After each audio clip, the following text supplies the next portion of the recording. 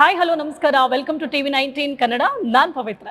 So Kaatera cinema fever ಅಂತೂ ಸಿಕ್ಕಾಪಟ್ಟೆ ಜೋರಾಗಿದೆ. ಎಲ್ಲಿ ನೋಡಿದ್ರು ಕಾಟೇರ ಕಾಟೇರ ಅನ್ನೋ ಸೌಂಡ್ ಬರ್ತಾ ಇದೆ. ಆ್ಯಂಡ್ ನಿಜವಾಗ್ಲೂ ಸಿನಿಮಾ ಸೆಲೆಬ್ರೇಟ್ ಮಾಡೋದಕ್ಕೆ ಡಿ ಬಾಸ್ ಪ್ರತಿಯೊಬ್ಬ ಅಭಿಮಾನಿನೂ ಕೂಡ ಕಾತರದಿಂದ ಕಾಯ್ತಾ ಇದ್ದಾರೆ. ಈಗಾಗಲೇ ಥಿಯೇಟ್ರ್ಗಳೆಲ್ಲ ಫುಲ್ ಆಗಿಬಿಟ್ಟಿದೆ. ಅಂದರೆ ಫಸ್ಟ್ ಶೋ ಟಿಕೆಟ್ಸ್ ಎಲ್ಲ ಸೋಲ್ಡ್ ಔಟ್ ಆಗಿಬಿಟ್ಟಿದೆ. ಇಂಥ ಎಕ್ಸೈಟ್ಮೆಂಟ್ ಟೈಮ್ ಇದು. ಈ ಟೈಮಲ್ಲಿ ನಾನು ತುಂಬ ಎಕ್ಸೈಟ್ ಆಗಿದ್ದೀನಿ. ಯಾರ ಜೊತೆ ಮಾತಾಡೋದು ಗೊತ್ತಾ? ಕಾಟೇರ ಸಿನಿಮಾದ captain of the ship, director Tarun Kishore Sudhir ಅವ್ರು ನಮ್ಮ ಜೊತೆ ಇದ್ದಾರೆ. I am so happy to talk to him. So ತುಂಬ ಎಕ್ಸೈಟ್ ಆಗಿದ್ದೀನಿ. ಮೊದಲಿಗೆ ಅವ್ರನ್ನ ವೆಲ್ಕಮ್ ಮಾಡ್ಬಿಡ್ತೀನಿ.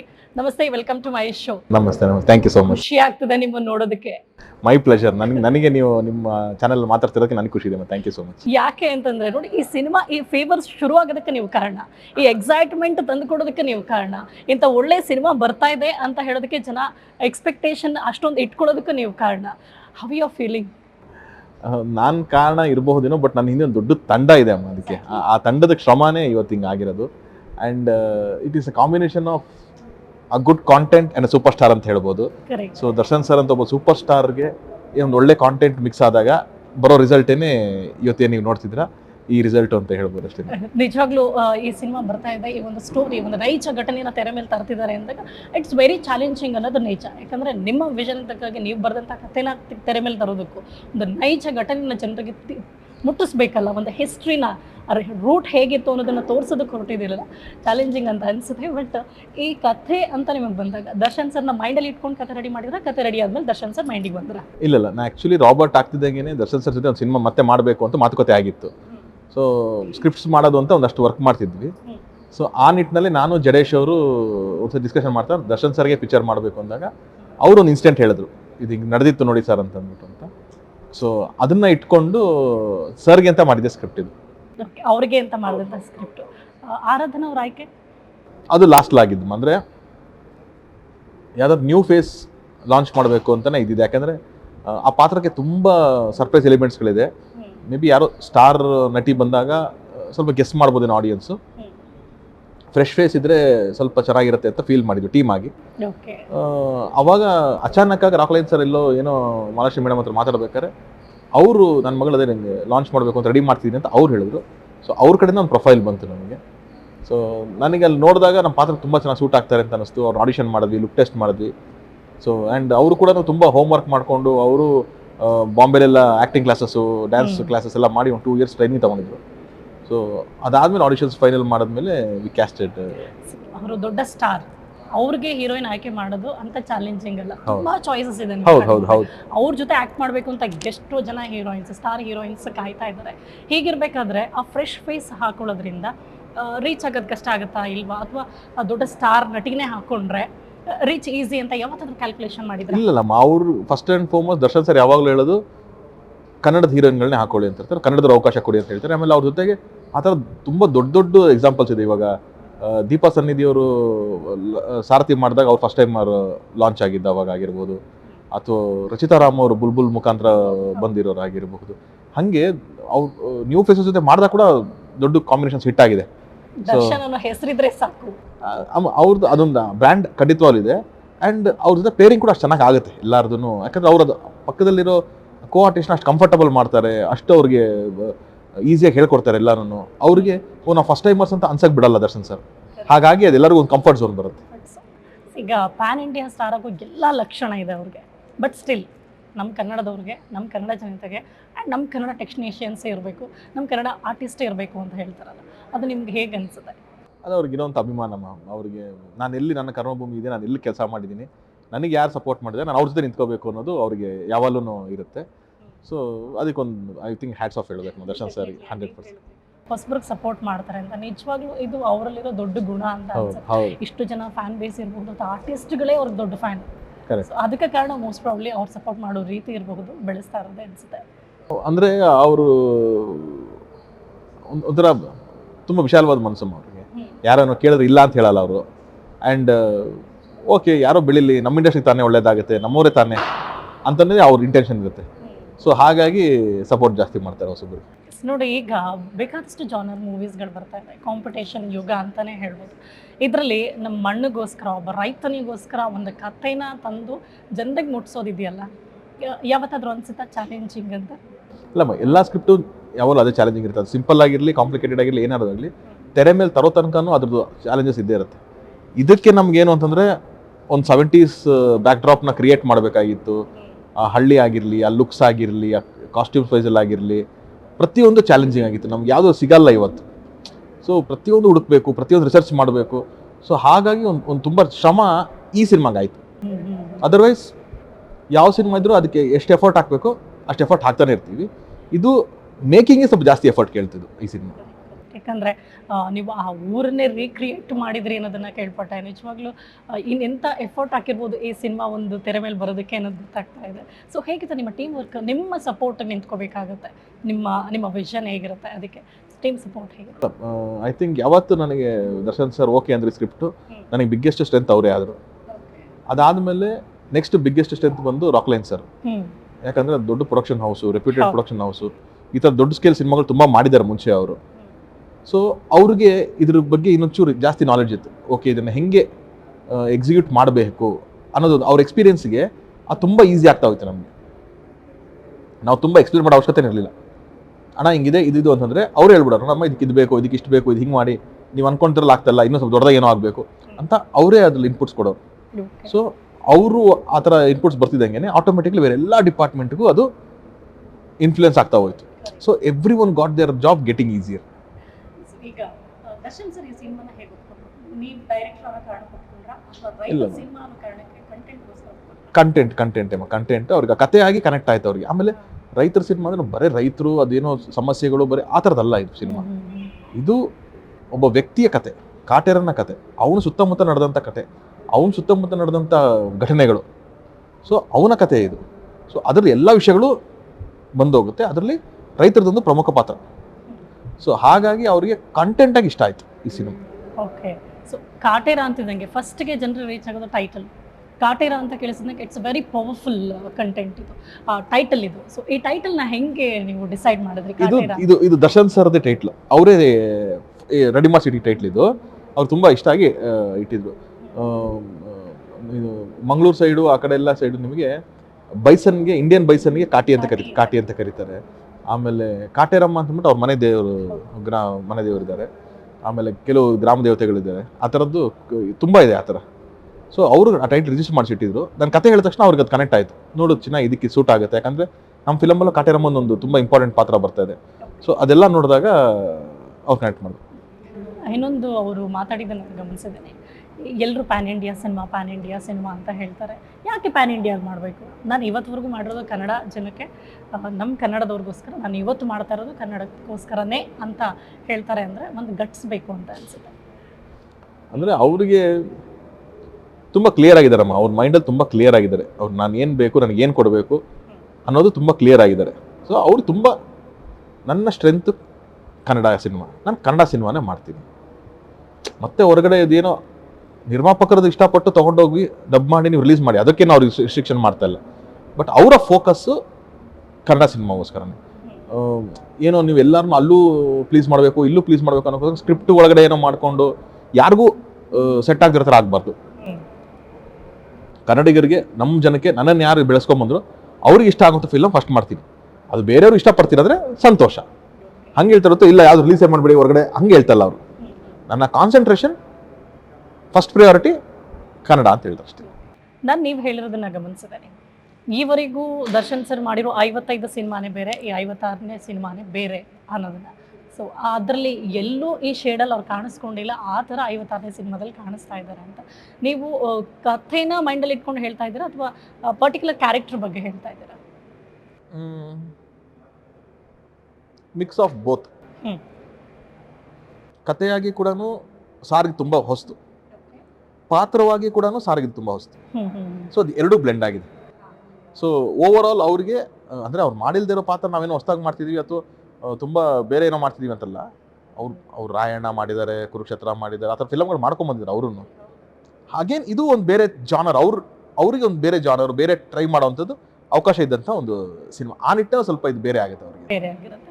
ಸೊ ಇಲ್ಲೆಲ್ಲ ಟ್ರೈಲರ್ಸ್ ಎಲ್ಲ ನೋಡಿದ್ವಿ, ಟ್ರೈಲರ್ಸ್ ಎಲ್ಲ ಎಲ್ರಿಗೂ ತುಂಬ ಇಷ್ಟ ಆಯಿತು. ಸಾಂಗ್ಸ್ಗಳಂತೂ ಸಿಕ್ಕಾಪಟ್ಟೆ ಸೂಪರ್ ಡೂಪರ್ ಹಿಟ್ ಆಗಿದೆ. ಮತ್ತು ನೀವು ಅಲ್ಲಿ ವೆಪನ್ಸ್ ಎಲ್ಲ ಗಮನಿಸಿದಾಗ, ಮತ್ತು ವೆಪನ್ಸ್ ಬಗ್ಗೆ ಕೇಳ್ಪಟ್ಟಿದ್ವಿ, ರಿಯಲ್ ವೆಪನ್ಸ್ ಎಲ್ಲ ಯೂಸ್ ಮಾಡಿದ್ದಾರೆ ಅಂತ, ಹೌದಾ? ಅಂದರೆ ಎರಡು ಮಿಕ್ಸ್ ಇದೆ ಅಮ್ಮ. ಯಾಕಂದರೆ ಸಿನಿಮಾ ಅಂದ ತಕ್ಷಣ ಇವಾಗ ಫೈಟಲ್ಲಿ ತುಂಬ ರಿಯಲ್ ವೆಪನ್ಸ್ ಯೂಸ್ ಮಾಡೋಕ್ಕಾಗಲ್ಲ. It is not safe. ಯಾಕಂದರೆ ಯಾರ್ದು ಏನು ಟೈಮಿಂಗ್ ಮಿಸ್ ಆಗುತ್ತೆ ಅವೆಲ್ಲ ಇರುತ್ತೆ.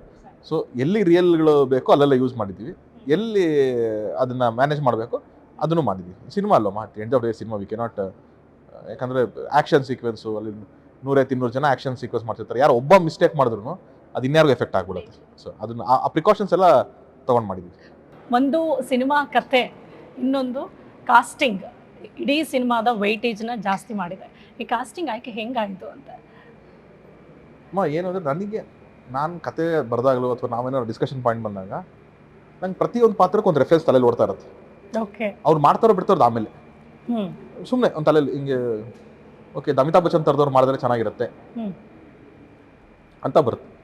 ಹಾಗೆ ಈ ಸಿನಿಮಾ ನಮಗೆ ತುಂಬ ಮಣ್ಣಿನ ಕತೆ ನಮ್ಮದು ರೂಟೆಡ್ ಆಗಿದ್ದಕ್ಕೋಸ್ಕರ ನಾವು ಯೋಚನೆ ಮಾಡಿದಂಥ ಆರ್ಟಿಸ್ಟ್ಗಳು ಎಲ್ಲರೂ ನಮ್ಮವರೇ ಆಗಿದ್ರು. ಸೊ ನಾವು ಕತೆ ಮರಿಬೇಕಾದ್ಲೇ ಈಗ ಶ್ರುತಿ ಮೇಡಮ್ ಥರದ್ದು ಒಂದು ಪಾತ್ರ, ಇವ್ರ ಅಕ್ಕ ಇರ್ತಾರೆ, ಓಕೆ ಇವ್ರಿಗೆ ಕುಮಾರ್ ಗೋವಿಂದ್ ಥರದವ್ರು ಒಬ್ರು ಅಂತ ನಾವು ಮಾತಾಡ್ಕೊಂಡು ಆಗ್ತಿದ್ದು. ಸೊ ಆ ಥರದ್ದು ಒಂದು ಲಿಸ್ಟ್ ಮಾಡಿದ್ವಿ ನಾವು. ಪ್ರೊಡ್ಯೂಸರ್ ಸರ್ಗೆ ಅದು ಕೇಳಿದಾಗ ಇವ್ರನ್ನೇ ಅಪ್ರೋಚ್ ಮಾಡಿ ನೀವು. ಸೊ ಅವ್ರನ್ನೇ ಅಪ್ರೋಚ್ ಮಾಡಿದ್ವಿ, ಅವ್ರುಗಳೇ ಒಪ್ಕೊಂಡ್ರು. ಸೊ ನಾವು ಏನು ಯೋಚನೆ ಮಾಡೋದು ಬರ್ಕೊಂಡಿದ್ವಲ್ಲ ಅವರೇ ಪಾತ್ರದಲ್ಲಿ ಎಲ್ಲ ನಿಮ್ಮ ಮೈಂಡಿಗೆ ಬಂದವರೇ ಎಲ್ಲರೂ ಆಲ್ಮೋಸ್ಟ್. ಇರ್ಬೋದು, Kumar sir, Biradar sir, Padmavasanthi ma'am, Avinash sir, ಆಮೇಲೆ ಜಗಪತಿ ಒಬ್ಬ ಸರ್, ಇವರೆಲ್ಲ ಆಲ್ಮೋಸ್ಟ್ ನಾನು ಕತೆ ಹೇಳ್ಬೇಕಾದ್ರೆ ಅವ್ರ ಹೆಸರೇ ಹೇಳ್ತಿದ್ದೆ ನಾನು. ಹೌದಾ? ಜಗಪತಿ ಒಬ್ಬ ಥರದ್ದು ಒಂದು ಅಂತಾನೆ ಹೇಳ್ತಿದ್ದೆ ನಾನು. ಸೊ ಅವ್ರ ಹೆಸರು ಮೆನ್ಷನ್ ಮಾಡಿನೇ ನೀವು ಕತೆ ಬಗ್ಗೆ ಡಿಸ್ಕ್ರೈಬ್ ಮಾಡ್ತಾ ಇದ್ರಿ. Very nice. ವೆರಿ ಸಿಂಪಲ್ ಆಗಿ ನೀವು ಈ ಕ್ಯಾರೆಕ್ಟರ್ಸ್ಗಳು ವೆರಿ ಇಂಪಾರ್ಟೆಂಟ್ ರೋಲ್ಸ್ನ ಪ್ಲೇ ಮಾಡ್ತಾ ಇರುವಂಥ ಕ್ಯಾರೆಕ್ಟರ್ಸ್ನ ಡಿಸ್ಕ್ರೈಬ್ ಮಾಡ್ತೀರಾ ಅನ್ನೋದಾದರೆ ಒಂದು ವರ್ಡಲ್ಲಿ ಕೂಡ ಮಾಡ್ಬೋದು. ನೀವು ಈ ಸಿನಿಮಾಗೆ ಈ ಕ್ಯಾರೆಕ್ಟರ್ಸ್ ಎಷ್ಟು ಇಂಪಾರ್ಟೆಂಟ್ ಆಗಿತ್ತು ಅಂತ ನೋಡಿದ್ರೆ ಜಗಪತಿ ಬಾಬು ಸರ್ ಅವರೇ ಈ ಸಿನಿಮಾ ಒಂದು ರೆಗ್ಯುಲರ್ ಸಿನಿಮಾನ ಒಂದು ಬೇರೆ ಲೆವೆಲ್ಗೆ ತೊಗೊಂಡೋಗುವಂಥ ಕ್ಯಾರೆಕ್ಟರ್ ಅಂದರೆ ಅದು ಜಗಪತಿ ಬಾಬು ಸರ್. ನೀವು ದರ್ಶನ್ ಸರ್ನೇ ಮೈಂಡಲ್ಲಿ ಇಟ್ಕೊಂಡು ಸಿನಿಮಾ ಮಾಡಿದ್ದೀನಿ ಅಂತ ಹೇಳಿದ್ವಿ. ಅವರು ನಿಮ್ಗೆ ಈ ಸಿನಿಮಾಗೆ ಎಷ್ಟು ಇಂಪಾರ್ಟೆಂಟ್? ಅಮ್ಮ ಅವರು ಹೀಸ್ ದಿ ಏನಂತೀರ ನೀವು, heart of the cinema. Shruti ma'am is the eyes of the cinema. ಅಂದರೆ ಅವರು she is the emotion coated. She is very strong in emotions, but ಅವ್ರದ್ದು ಕೂಡ ಆ ಎಮೋಷನಲ್ ಡ್ರಿವನ್ ಪಾತ್ರ ಇದೆ ಅವ್ರದ್ದು. ಕುಮಾರ್ ಗೋವಿಂದ್ ಸರ್, ಕುಮಾರ್ ಗೋವಿಂದ್ ಸರ್ದು ಅಗೇನ್ ಒಂಥರ ತುಂಬ ಡೈಮೆನ್ಷನ್ ಇರುವಂಥ ಪಾತ್ರ. ಒಂದು ಚಿಕ್ಕ ಹ್ಯೂಮರ್ ಇದೆ, ಒಂದು ಚಿಕ್ಕ ಸೀರಿಯಸ್ನೆಸ್ ಇದೆ, ಅದೇ ಪಾತ್ರದಲ್ಲಿ ಒಂದು ಗಾಂಭೀರ್ಯತೆ ಬರುತ್ತೆ. ಸೊ ಒಂದಷ್ಟು ಮಿಕ್ಸ್ ಇರುವಂಥ ಪಾತ್ರ, ಅವ್ರಿಗೂ ತುಂಬ ಅದು ಡಿಫ್ರೆಂಟ್ ಆಗುತ್ತೆ. ಅವಿನಾಶ್ ಸರ್, ಅವಿ sir is always my favourite. ನಾನು ಎಲ್ಲ ಫಿಲಮಲ್ಲಿ ಅವಿ ಸರ್ ಇರ್ತಾರೆ. ಅಗೇನ್ ಟೈಲರ್ ಮೇಡ್ ಅವಿ ಸರ್ಗೆ. ಅವ್ರು ಮಾತ್ರ ತುಂಬ ಅಂದರೆ ಆ ಪಾತ್ರದಲ್ಲಿ ಏನು ಪರ್ಫೆಕ್ಟ್ ಆಗಿದ್ದಾರೆ ಅನಿಸೋ ಅಷ್ಟು ಚೆನ್ನಾಗಿ ಅವಿ ಸರ್ದು ಪಾತ್ರ ಇದೆ. ಆರಾಧನಾ ಅಗೇನ್ ಆ ಪಾತ್ರನೇ ತುಂಬ, ನಾವು ರೆಗ್ಯುಲರ್ ಹೀರೋಯಿನ್ಗಳು ಬರೀ ಒಂದೆರಡು ಸಾಂಗ್ ಆ ಥರ ಅಲ್ಲದೆ ಒಂದು ಇಡೀ ಕಥೆನೇ ಒಂದು ಕ್ಯಾರೆಕ್ಟರ್ ಮೇಲೆ ಟ್ರಾವೆಲ್ ಮಾಡೋ ಥರ ಬರ್ತಿದ್ವಿ ನಾವು. ಸೊ ಅಷ್ಟು ಮೇಜರ್ ಕ್ಯಾರೆಕ್ಟ್ರೇ ಆರಾಧನಾ ಫಸ್ಟ್ ಫಿಲಮಲ್ಲಿ ಸಿಕ್ಕಿರೋದು. I think she is very blessed. Very nice. So ಇನ್ನು ಚೇತನ್ ಸರ್ನು ಕೂಡ ಈಗ ಬೇರೆ ಬೇರೆ ಕ್ಯಾರೆಕ್ಟರ್ಗಳನ್ನ ಅವರು ಎಷ್ಟೇ ಪ್ಲೇ ಮಾಡಿದ್ರು ಈ ಸಿನಿಮಾದಲ್ಲಿ ಅವರು ಕೂಡ ಸ್ಪೆಷಲ್ ಆಗಿ ಕಾಣಿಸ್ಕೊಳ್ತಾರೆ ಅಂತ ಹೇಳಿದ್ದಾರೆ. ಹೌದು, ಅಂದರೆ ಆಲ್ಮೋಸ್ಟ್ 1 year ಅಷ್ಟು ಅವನು ಇದಕ್ಕೆ ಡೆಡಿಕೇಟ್ ಮಾಡ್ದ. ನಾನು ಹೇಳಿದೆ, ಚೇತು ನಾನು ಏನು ಬೇಕಾದ್ರೆ ಕ್ಯಾರೆಕ್ಟರ್ ಕೊಡ್ತೀನಿ, ನಿನಗೆ ಇದ್ರ ತೊಂದರೆ ಇಲ್ಲ, ನನ್ನ ಫ್ರೆಂಡ್ ನೀನು, ನಾನು ಒಂದು ಕ್ಯಾರೆಕ್ಟರ್ ಅಂತ ಮಾಡಿಸ್ತೀನಿ, ಬಟ್ ನೀನು ಒಂದೇನೋ ಬೇರೆ ಟ್ರೈ ಮಾಡಬೇಕು, ನೀನು ಒಂದು ನೆಕ್ಸ್ಟ್ ಲೆವೆಲ್ ಟ್ರೈ ಮಾಡಬೇಕು, ನೋಡಿ ಈ ಥರದ ಒಂದು ಪಾತ್ರ ಇದೆ, ಬಟ್ ನನಗೆ ಟೋಟಲ್ ಲುಕ್ಸ್ ಚೇಂಜ್ ಆಗಬೇಕು, ಎಲ್ಲ ಹಿಂಗೆ ನೀನು ಆಗ್ತೀಯ ಅಂದರೆ ನಾನು ಟ್ರೈ ಮಾಡ್ತೀನಿ. ಅದಕ್ಕೆ ಡೆಡಿಕೇಟ್ ಆಗಿದ್ದು, ಲುಕ್ಸ್ ಚೇಂಜ್ ಮಾಡಿ ಅದಕ್ಕೆಲ್ಲ ಸ್ಪೆಷಲ್ ವರ್ಕ್ಶಾಪ್ಗಳು ಮಾಡಿಕೊಂಡು ತುಂಬ ಅದ್ಭುತವಾಗಿ ಮಾಡಿಕೊಟ್ರು. ಓವರಾಲ್ ಎಷ್ಟು ಟೈಮ್ ತೊಗೊಂಡ್ರಿ ಈ ಸಿನಿಮಾಗೆ? ನಾವು ಲಾಸ್ಟ್ ಆಗಸ್ಟಲ್ಲಿ ಮುಹೂರ್ತ ಮಾಡಿದ್ದು, ಡಿಸೆಂಬರ್ ರಿಲೀಸ್ ಮಾಡ್ತಾಯಿದ್ವಿ. ಈ ಮಧ್ಯದಲ್ಲಿ ಎಲೆಕ್ಷನ್ನು ಆ ಥರ ಎಲ್ಲ ಇದ್ದಾಗ ಒಂಚೂರು ಗ್ಯಾಪ್ಗಳು ಕೊಟ್ಟಿದ್ದೀವಿ. ಅದರ್ವೈಸ್ ಆಲ್ಮೋಸ್ಟ್ ಕ್ಲೋಸ್ ಟು 1 yearನಲ್ಲಿ ಫಿಲಮ್ ರೆಡಿಯಾಗಿ ರಿಲೀಸ್ ಆಗ್ತದೆ. ಈಗ ಒಂದು ಕತೆ ಅಂತಂದಾಗ ನಿಮ್ಮ ಕ್ಯಾಲ್ಕುಲೇಷನ್ಸು, ನಿಮ್ಮ ವಿಷನ್ಸು, ನನ್ನ ಸಿನಿಮಾ ಹೀಗೆ ಬರಬೇಕು, ಎಲ್ಲ ಲೆಕ್ಕಾಚಾರಗಳಿಗೆಲ್ಲ ಆಗಿರುತ್ತೆ. ಸೊ ಈಗ ಸಿನಿಮಾ ರೆಡಿ ಆಗಿಬಿಟ್ಟಿದೆ, ಇನ್ನು ಗಂಟೆ ಎಣಿಸಿದ್ರೆ ಸಿನಿಮಾ ರಿಲೀಸ್ ಆಗಿಬಿಡುತ್ತೆ, ಥಿಯೇಟ್ರಿಗೆ ಬಂದುಬಿಡುತ್ತೆ, ಜನರ ರಿಯಾಕ್ಷನ್ ಬರುತ್ತೆ, ನೀವು ಮಾಡಿರೋ ಸಿನಿಮಾಗೆ ಜನ ರಿಸಲ್ಟ್ ಕೊಡೋಕ್ಕೆ ಹೋಗ್ತಾರೆ. ಸೊ ನಿಮ್ಗೆ ಅನಿಸ್ತಾ ಇದೆಯಾ ಈಗ ಆ ಕಂಪ್ಲೀಟ್ ಶೂಟ್ ಆದ್ಮೇಲೆ, ಅದನ್ನು ಸಿನಿಮಾ ನೋಡಿದ ಮೇಲೆ ಎಸ್ ಐ ಡಿಡ್ ಇಟ್, ನಾನು ಏನು ಅಂದ್ಕೊಂಡಿದ್ದೀನಿ ಅದಾಗಿದೆ ಅಂತ ಅನ್ಸುತ್ತೆ? ಒಂದು ಇಡೀ ತಂಡವಾಗೇ ನಾವೇನು ಸಿನಿಮಾ ಮಾಡಿದೀವೋ ಅದ್ರ ಬಗ್ಗೆ ಖುಷಿ ಇದೆ, ಒಂದು ಹೆಮ್ಮೆ ಇದೆ. ಸೊ ಅಫ್ಕೋರ್ಸ್ ಒಬ್ಬ ಡೈರೆಕ್ಟರ್ ಆಗಿ ಅಥವಾ ಆ್ಯಕ್ಟರ್ ಆಗಿ ಯಾವಾಗಲೂ ಎಷ್ಟೇ ಚೆನ್ನಾಗಿ ಮಾಡಿದ್ರು ನಾನು ಇನ್ನೂ ಚೆನ್ನಾಗಿ ಮಾಡ್ಬೋದಿತ್ತು, ನಾನು ಈ ಶಾರ್ಟ್ ಇನ್ನೊಂದು ತೆಗಿಬೋದಾಗಿತ್ತು, ಆ ಥರ ತಲೆ ಇದ್ದೇ ಇರುತ್ತೆ ಯಾವಾಗಲೂ. ಬೆಟರ್ಮೆಂಟ್ ಯಾವ ಸ್ಕೋಪ್ ಇದ್ದೇ ಇರುತ್ತೆ. ಸಾಕು ನಂಗೆ ಸಮಾಧಾನ ಆಯಿತು ಅಂತ ಯಾವತ್ತೂ ಹಂಗೆ ಆಗಲ್ಲ. ಬಟ್ ಎಲ್ರಿಗೂ ಈ ಪಿಕ್ಚರ್ ನಾವೇನು ಅಂದ್ಕೊಂಡ್ವಿ ಹಂಗೆ ಮಾಡಿದ್ದೀವಿ, ಚೆನ್ನಾಗಿದೆ ಪಿಕ್ಚರ್ ಅನ್ನೋದೇನೆ ಎಲ್ಲರಿಗೂ ಆ ಫ್ಲೋ ಧೈರ್ಯ ಇದೆ. ಇದು ಡೇ ಬಾಸ್ಗೆ ಸಿನಿಮಾ ಮಾಡಬೇಕು ಅಂದರೆ ಬೇಕಾದಷ್ಟು ಜನ ಡೈರೆಕ್ಟರ್ಸ್ ಮುಂದೆ ಬರ್ತಾರೆ. ಆ್ಯಂಡ್ ನೀವು ರಾಬರ್ಟ್ ಸಿನಿಮಾ ಅವ್ರಿಗೆ ಮಾಡಿದ್ರಿ, ಆ್ಯಂಡ್ ಚೌಕದಲ್ಲಿ ಗೆಸ್ಟ್ ಆಗಿ ಅವ್ರನ್ನ ಕರೆಸಿದ್ರಿ. ಎಲ್ಲ ಸಿನಿಮಾಗಳು ಕೂಡ ನೀವು ಅವ್ರನ್ನ ಗೆಸ್ಟ್ ಆಗಿ ತಂದು ಅವರಿರೋ ಸಿನಿಮಾಗಳು ನಿಮಗೆ ಲಕ್ಕಿ ಅಂತಲೇ ಒಂದು ರೀತಿ ಹೇಳ್ಬೋದು. ಸೊ ಹೇಗಿರುವಾಗ ಅಂಥ ದೊಡ್ಡ ಸ್ಟಾರ್ಗೆ ನಾನು ಸಿನಿಮಾ ಮಾಡ್ತಿದ್ದೀನಿ ಅಂದಾಗ ನಿಮಗೆ ಯಾವತ್ತಾದರೂ ಭಯ ಆಗಿದ್ದುಂಟಾ? ಯಾಕಂದರೆ ಅವ್ರಿಗಿರೋ ಫ್ಯಾನ್ ಬೇಸ್ಗೆ ಇದು ಚಾಲೆಂಜ್. ಪ್ರತಿ ಸತಿನೂ ಅದು ಭಯ ಜವಾಬ್ದಾರಿ ಜೊತೆಗೆ ಬರುತ್ತೆ. ಒಂದು ಜವಾಬ್ದಾರಿ ಕೊಟ್ಟಿದ್ದಾರೆ ಅದು ಸಿನಿಮಾ ಮಾಡೋ ಅಂತಂದರೆ ಅದನ್ನು ಉಳಿಸ್ಕೋಬೇಕಲ್ಲ, ನಾನು ಶ್ರಮಪಟ್ಟು ಮಾಡಬೇಕಲ್ಲ ಅನ್ನೋದಕ್ಕೋಸ್ಕರ ನನಗೆ ಯಾವಾಗಲೂ ಅದು ಜವಾಬ್ದಾರಿ ಇರುತ್ತೆ. ಆ ಜವಾಬ್ದಾರಿಯಿಂದ ಒಂದು ಭಯ ಇರುತ್ತೆ ನನಗೆ. ಸೊ ಪ್ರತಿ ಹೆಜ್ಜೆ ಅವ್ರ ಜೊತೆ ನಾನು ಪ್ರತಿ ಸೀನ್ ಬರಿಬೇಕಾರೆ, ಅವ್ರು ಶಾರ್ಟ್ ತೆಗಿಬೇಕಾರೆ ಪ್ರತಿ ಒಂದು ಸತಿನೂ ಅದನ್ನು ಗಮನದಲ್ಲಿ ಇಟ್ಕೊಂಡು ದಿ ಬೆಸ್ಟ್ ಏನು ಮಾಡಬೇಕು, ದಿ ಬೆಸ್ಟ್ ಏನು ಕೊಡಬೇಕು ಅಂತಲೇ ಪ್ರಯತ್ನ ಪಟ್ಟಿದ್ದೀನಿ. ಯಾವುದೋ ಒಂದು ಒಳ್ಳೆ ಮೆಸೇಜ್ ಪ್ರತಿಯೊಂದು ಸಿನಿಮಾದಲ್ಲೂ ಒಂದೊಂದು ಮೆಸೇಜ್ ಇರುತ್ತೆ. ಬಟ್ ಈ ಸಿನಿಮಾದಲ್ಲಿರೋದು ತುಂಬ ಸ್ಟ್ರಾಂಗ್ ಕಂಟೆಂಟ್ ಅಂತ ಹೇಳ್ತಿದ್ದಾರೆ.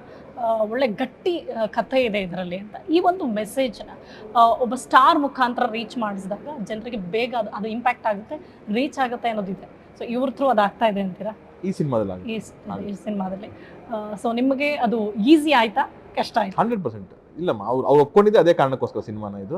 ಆ್ಯಂಡ್ ಅದು ಏನು ಒಪ್ಕೊಂಡಿದ್ವಿ ಅದನ್ನು ಡೆಲಿವರ್ ಆಗಿದೆ ಅಂತ ಅನ್ಸುತ್ತೆ. ಅದು ಈಸಿ ಕಷ್ಟ ಏನಿಲ್ಲ, ನಾವೇನು ಅನ್ಕೊಂಡಿದ್ವಿ ಹಂಗಾಗಿದೆ. ಈಗ ನೋಡಿ, ನೀವು ಅವ್ರು ನೋಡಿದ್ರೆ ಅವ್ರ ಜರ್ನಿ ಎಲ್ಲ ನಿಮಗೆ ಗೊತ್ತು. ಮೆಜೆಸ್ಟಿಕ್ ಟು ಕಾಟೇರ, ಇದು 56ನೇ ಸಿನಿಮಾ. 55 ಸಿನಿಮಾ ಜರ್ನಿಯಲ್ಲಿ ಕೆಲವೊಂದು ಕಡೆ ಕೆಲವೊಂದು ಭಾಗದಲ್ಲಿ ಆ್ಯಸ್ ಎ ಡೈರೆಕ್ಟರ್ ಇರ್ಬೋದು, ಫ್ರೆಂಡ್ ಆಗಿರ್ಬೋದು, ಟೆಕ್ನಿಷಿಯನ್ ಆಗಿರ್ಬೋದು, ನಿಮ್ಮ ಕಾಂಟ್ರಿಬ್ಯೂಷನ್ ತುಂಬ ಇದೆ. ಸೊ ಅವ್ರನ್ನ ಹೇಗೆ ಹೇಳೋದಕ್ಕೆ ಇಷ್ಟಪಡ್ತಾರೆ ಇಷ್ಟು ವರ್ಷ ಇಷ್ಟು ಸಿನಿಮಾಗಳಲ್ಲಿ ನೋಡಿದ ಮೇಲೆ? ಅಚೀವರ್ ಅಂತ ಹೇಳ್ಬೋದಪ್ಪ. Is an achiever. ಅದು ಏನೇ ಆ ಕಡೆ ಸಮಸ್ಯೆಗಳು ಬರಲಿ, ಏನೇ ಬರಲಿ, ಅವರು ಮಾತ್ರ ಯಾವತ್ತೂ ಎದೆಗುಂದಿಲ್ಲ, ಯಾವತ್ತೂ ಕುಗ್ಗಿಲ್ಲ, ಎಲ್ಲನೂ ರಿಸೀವ್ ಮಾಡಿಕೊಂಡು ಹಾಗೆ ಮುಂದೆ ನುಗ್ಗಿದ್ದಾರೆ. ಐ ಥಿಂಕ್ ಅವ್ರ ಸಿನಿಮಾದಲ್ಲಿ ಅಷ್ಟೇ ಫೈಟ್ಸ್ ಇರೋದಲ್ಲ, ಅವ್ರ ರಿಯಲ್ ಲೈಫಲ್ಲೂ ಫೈಟರು. ಮಾಸ್ ಸ್ಟಾರ್, ಅವ್ರಿಗಿರೋ ಮಾಸ್ ಫ್ಯಾನ್ಸು ಲೆಕ್ಕ ಹಾಕೋಕ್ಕಾಗ್ತಿಲ್ಲ.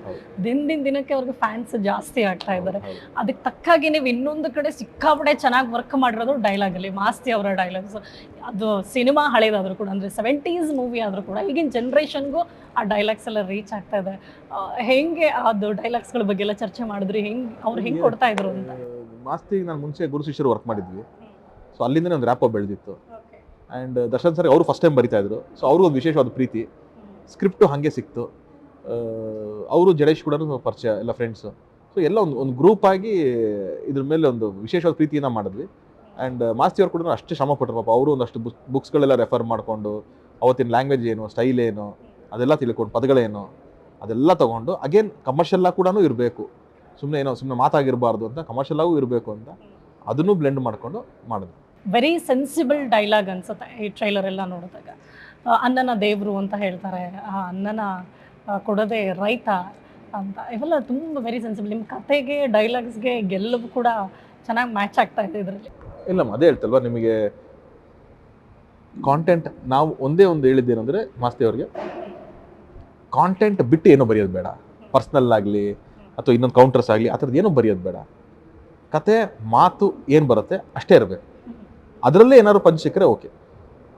ಬಟ್ ನೀವು ಸಿನಿಮಾ ನೋಡಿದ್ರೆ ದರ್ಶನ್ ಸರ್ ಒಬ್ಬರೇ ಅಲ್ಲ, ಯಾವ ಪಾತ್ರ ನೋಡಿದ್ರು ಅವ್ರು ಹೇಳೋ ಮಾತುಗಳು ತುಂಬ ವೇಟೇಜ್ ಇರೋವಂಥದ್ದು, ತುಂಬ ತೂಕ ಇರೋವಂಥದ್ದು, ತುಂಬ ಸೀನ್ಗಳು ಬರ್ತವೆ. ಇನ್ನೊಂದು ಡೈಲಾಗ್ ಅಂತೂ ಸಿಕ್ಕಾಬಿಟ್ಟೆ ಫ್ಯಾನ್ಸ್ ಈಗಲೇ ಆಲ್ರೆಡಿ ಎಲ್ಲ ಕಡೆ ಯೂಸ್ ಮಾಡ್ತಿದ್ದಾರೆ. ಎಲ್ಲ ಹಾವುಗಳು ತಲೆ ಎತ್ತಿದ್ರೆ ಕಾಳಿಂಗ ಸರ್ಪ ಮಾತ್ರ ಹಿಡಿಯುತ್ತೆ. ಅಲ್ಲ, ಆ ಥರ ತುಂಬ ಇದೆ, ಆ ಥರ ತುಂಬ ಇದೆ, ಸಿನಿಮಾ ಪೂರ್ತಿ ಇದೆ, ತುಂಬ ಎಕ್ಸ್ಪೆಕ್ಟ್ ಮಾಡ್ಬೋದು. ಅಂದರೆ ಅದು ಎಲ್ಲಾನು ಮಾಸ್ ಆ ಥರದ್ದೆಲ್ಲ, ಬಟ್ ಕೆಲವೊಂದು ಫಿಲಾಸಫಿ ಇದೆ, ಅಂಡರ್ ಕರೆಂಟು, ಕೆಲವೊಂದು ಎಮೋಷ್ನಲ್ ಇದೆ. ಸೊ ಆ ಥರದ್ದೆಲ್ಲ ತುಂಬ ಇದೆ. ಇಲ್ಲ, ಇಡೀ ಟೀಮ್ ಬಗ್ಗೆ ನಿಮಗೆ ಖುಷಿ ಇದೆ ಅಂತ ಹೇಳಿದ್ರಿ. ಯಾಕಂದ್ರೆ ಎಲ್ಲರನ್ನೂ ತಲೆಯಲ್ಲಿ ಇಟ್ಕೊಂಡೇ ಕತೆ ಮಾಡಿದ್ದೀನಿ. ಇವತ್ತು ಆ ಕತೆ ತೆರೆ ಮೇಲೆ ಬರ್ತಾ ಇದೆ. And very personally Darshan sir ಅಂದಾಗ ಕೆಲವೊಂದು ಕಮೆಂಟ್ಸ್ಗಳನ್ನು ನಾವು ಗಮನಿಸಿರ್ತೀವಿ, ಜಡ್ಜ್ಮೆಂಟನ್ನು ಗಮನಿಸಿರ್ತೀವಿ. ವೆರಿ ಪರ್ಸನಲಿ ನೀವು ಅವ್ರ ಬಗ್ಗೆ ನಾನು ಒಂದು ಮಾತಲ್ಲಿ ದರ್ಶನ್ನ ಡಿಸ್ಕ್ರೈಬ್ ಮಾಡ್ತೀನಿ ಅವ್ರನ್ನ ಅನ್ನೋದಾದ್ರೆ, ಅದೇ ನಮ್ಮ ಫೈಟರ್ ಈಸ್ ಅ ಫೈಟರ್. ಅವರು ಏನು ಬಂದರೂ ಅದನ್ನು ಫೈಟ್ ಮಾಡ್ಕೊಂಡೇ ಮುಂದಕ್ಕೆ ಹೋಗ್ತಾರೆ ಹೊರತು ಕುಗ್ಗಲ್ಲ. ಅಲ್ಲೆಲ್ಲ ನಿಂತ್ಕೊಳ್ಳೋದು, ಹಿಂದೆ ತಿರುಗಿ ನೋಡೋದು, ಹಿಂಗೆ ಮುಂದೆ ನಡ್ಕೊಂಡು ಆನೆ ನಡೆದಿದ್ದ ದಾರಿ ಥರ ನಡ್ಕೊಂಡು ಹೋಗ್ತಾ ಇರ್ತಾರೆ. ಆನೆ ನಡೆದಿದ್ದೇ ದಾರಿ. Yes thank you so much. ಸಿಕ್ಕಾಪಟ್ಟೆ ಖುಷಿ ಆಯಿತು ನನಗೆ. ನೀವು ಸಿನಿಮಾ ಎಕ್ಸ್ಪೆಕ್ಟೇಷನ್ ಇನ್ನೊಂದು ಸ್ವಲ್ಪ ಜಾಸ್ತಿ ಮಾಡಿದ್ರಿ, ಎಕ್ಸೈಟ್ಮೆಂಟ್ ಜಾಸ್ತಿ ಮಾಡಿದ್ರಿ. ಇಲ್ಲ, ಸಿನಿಮಾ ನೋಡಿ ನಿಮ್ಗೆ ಅದು ಏನು ಎಕ್ಸ್ಪೆಕ್ಟೇಷನ್ ಇಟ್ಕೊಂಡು ಹೋಗ್ತೀರೋ it will surely give you justice. Thank you so much. All the very best. ಈ ಸಿನಿಮಾ ಈ ವರ್ಷದ ಬ್ಲಾಕ್ ಬಸ್ಟರ್ ಆಗಲಿ, 2024ಕ್ಕೂ ಆ ಸಿನಿಮಾ ಅಷ್ಟೇ ಎಸ್. ನೋಡಿದ್ರಲ್ಲ, captain of the ship director ಜೊತೆ ಮಾತನಾಡಿದ್ವಿ, ಖುಷಿ ಆಯಿತು. ನಿಮಗೂ ಅಷ್ಟೇ ಎಕ್ಸೈಟ್ಮೆಂಟ್ ಜಾಸ್ತಿ ಆಗಿದೆ ಅಂತ ಅನ್ಕೊಳ್ತೀನಿ. ನೀವು ಕೂಡ 29ನೇ ತಾರೀಕು ಕಾಟೇರ ಸಿನಿಮಾನ ಥಿಯೇಟ್ರಿಗೆ ಹೋಗಿ ನೋಡಿ, ಕನ್ನಡ ಸಿನಿಮಾನ ಬೆಳೆಸಿ. Thanks for watching.